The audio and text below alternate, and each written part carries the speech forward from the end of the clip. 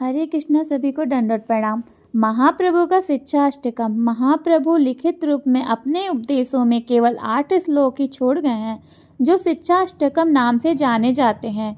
उनके दिव्य संप्रदाय का अन्य साहित्य उनके प्रधान अनुयायियों वृंदावन के 6 गोस्वामियों तथा उनके अनुयायियों द्वारा लिखा गया है।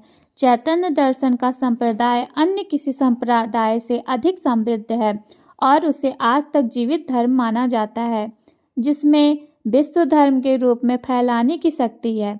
हमें प्रसन्नता है कि भक्ति सिद्धांत सरस्वती गोस्वामी महाराज तथा उनके शिष्य जैसे कतिपय उत्साही साधुओं ने इस कार्य को अपने हाथों में लिया।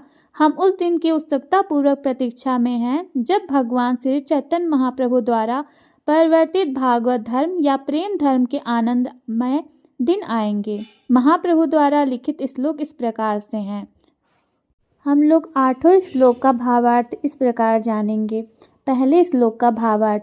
श्री कृष्ण संकीर्तन की परम विजय हो, जो वर्षों से हृदय में संचित धूल का मार्जन करने वाला तथा बारंबार होने वाले जन्म मृत्यु रूप महादावाग्नि को बुझाने वाला है।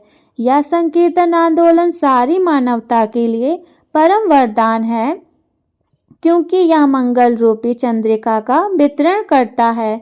यह समस्त दिव्य ज्ञान रूपी विद्या का जीवन है। यह दिव्य आनंद के सागर की वृद्धि करने वाला है और जिसके लिए हम सदैव आतुर रहते हैं, उस अमृत का पूर्ण रूप से आस्वादन करने में हमें समर्थ बनाता है। दूसरा भावार्थ।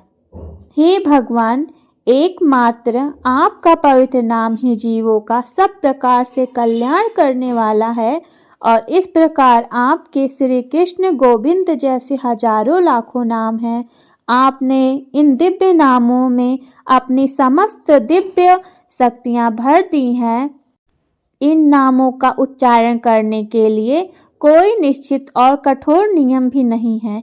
हे प्रभु, आपने अपनी कृपा के कारण अपने पवित्र नामों के कीर्तन द्वारा हमें अत्यंत सरलता से आपको प्राप्त करने में समर्थ बना दिया, किंतु मैं इतना अभागा हूँ कि आपके इन नामों में मुझे थोड़ा भी अनुराग नहीं है। तीसरे श्लोक का भावार्थ।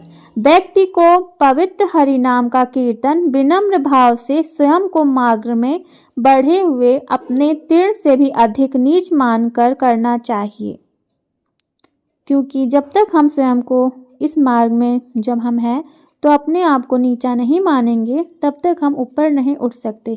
मनुष्य को वृक्ष से भी अधिक सहनशील होना चाहिए तथा मिथ्या मान की भावना से रहित होकर दूसरों को आदर देने में तत्पर होना चाहिए। ऐसी मानसिक अवस्था में मनुष्य श्री भगवान के पवित्र नाम का कीर्तन निरंतर कर सकता है। चौथे श्लोक का भावार्थ। हे सर्व समर्थ जगदीश, मुझे धन एकत्र करने की कोई कामना नहीं है, ना ही मैं सुंदर स्त्रियों, अनुयायियों तथा सा अलंकार कविता का ही इच्छुक हूँ। मुझे तो केवल जन्म जन्मांतर में आपकी आहेतु की भक्ति ही चाहिए। 5वें श्लोक का भावार्थ। हे नंद तनुज कृष्ण, मैं आपका सनातन सेवक हूँ, किंतु किसी न किसी कारण मैं जन्म मृत्यु रूपी सागर में गिर पड़ा हूँ। कृपया इस भव सागर से मेरा उद्धार करके मुझे अपने चरण कमलों की धूलि का एक कण बना लीजिए। 6ठे श्लोक का भावार्थ। हे प्रभु, आपके पवित्र नाम का कीर्तन करते हुए कब मेरे नेत्र अविरत प्रेम आंसुओं की धारा से विभूषित होंगे, कब आपके नाम उच्चारण करने से मेरा कंठ गदगद वाणी से रुद्ध हो जाएगा और कब मेरा शरीर रोमांचित हो उठेगा। 7वें श्लोक का भावार्थ। हे गोविंद, आपके विरह में मुझे क्षण भर का समय 12 वर्षों से भी अधिक प्रतीत हो रहा है। नेत्रों से मूसलाधार वर्षा के समान निरंतर आंसू प्रवाहित हो रहा है तथा आपके विरह में मुझे सारा विश्व शून्य लगता है। 8वें श्लोक का भावार्थ।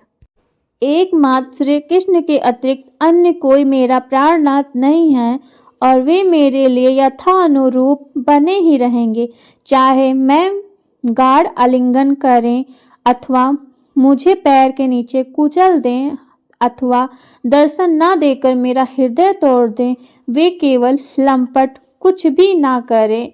वे तो सभी कुछ करके लिए मेरे पूर्ण स्वतंत्र हैं, क्योंकि बिना किसी शर्त के वे नित्य मेरे आराध्य प्राणेश्वर हैं। हरे कृष्णा। सभी को दंडवत प्रणाम।